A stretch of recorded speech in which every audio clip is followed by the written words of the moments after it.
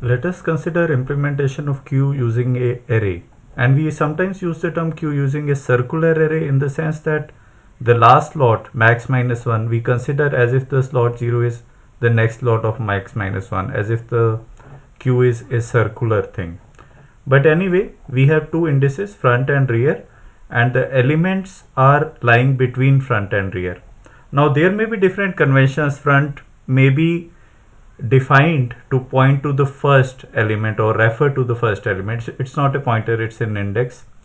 But in my code, in our code, a front refers to the slot just one less than the element. So basically the elements are from front plus 1 till rear, both included. So there can be different conventions. I have mentioned the conventions which I have used. Different people can choose different definitions of front and rear, and their code will accordingly differ. Okay, so in this case, when we analyze a little bit, there is a confusion, front equal to rear. If front and rear are both at the same place, then is the queue empty or is the queue full? That is a confusion. So the solution people have found about that is that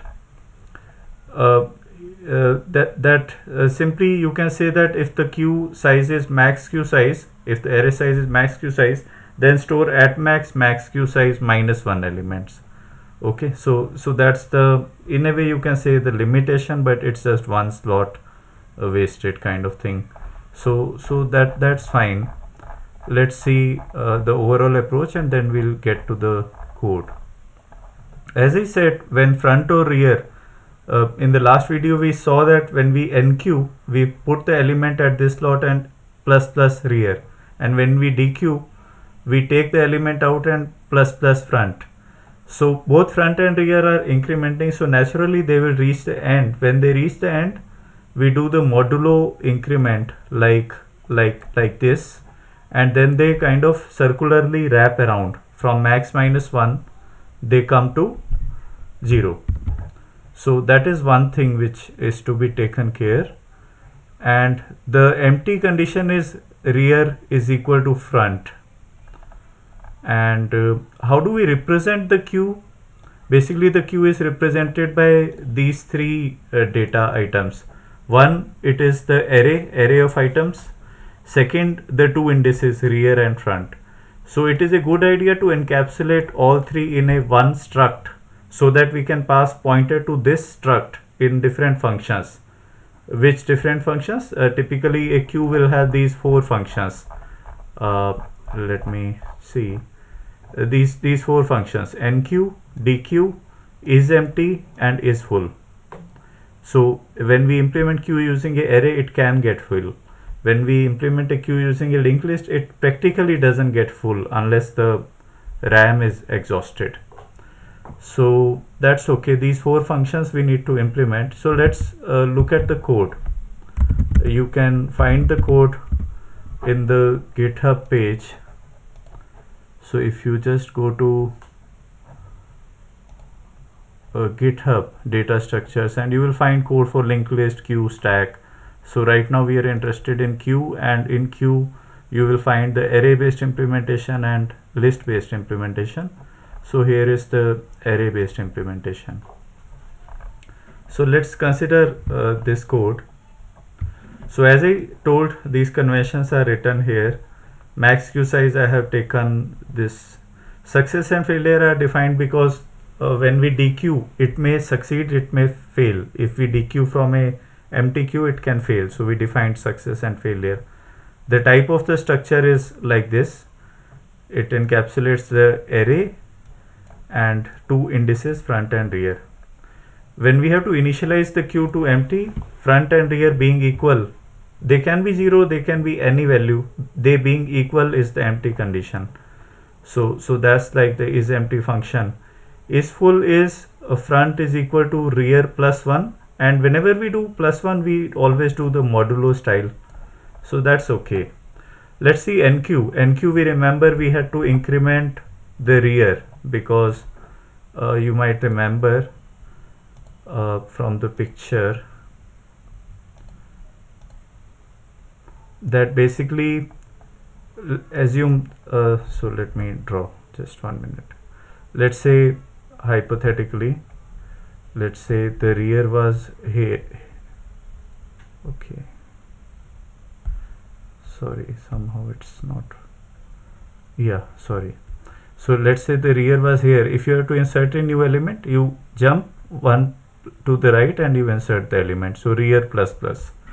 So rear plus plus is the main code, but before that, before enqueuing, you will like to check if it is full, then you return a failure that it's not possible.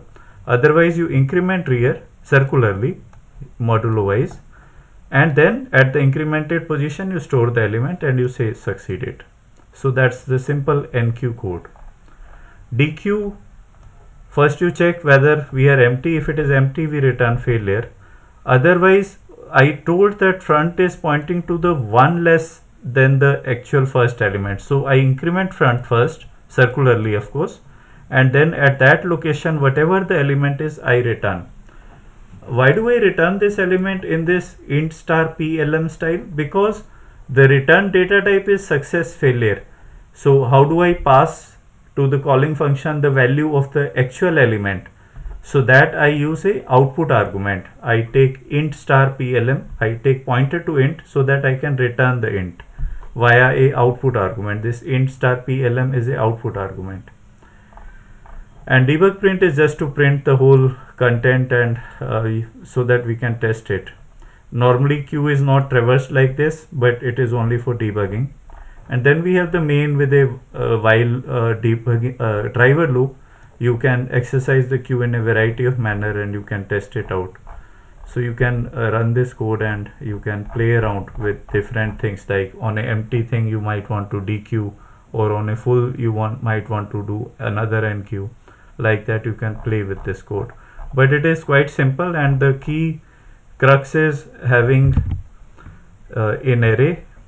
So let me draw a clean image once.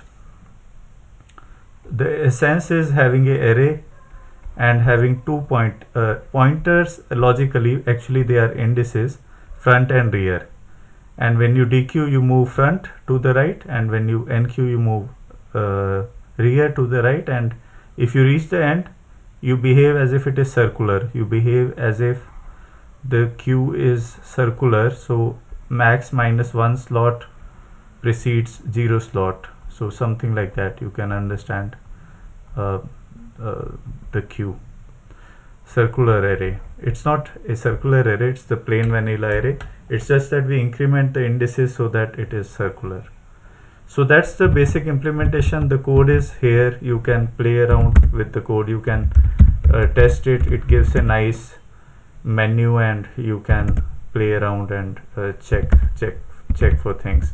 So I have enqueue10, I have enqueue20, I have enqueue30. I want to debug print. So 10, 20, 30. It shows me the front and rear. And if I dequeue an element, so I got 10. And if I print debug print, it is 20, 30. So like that you can test it out.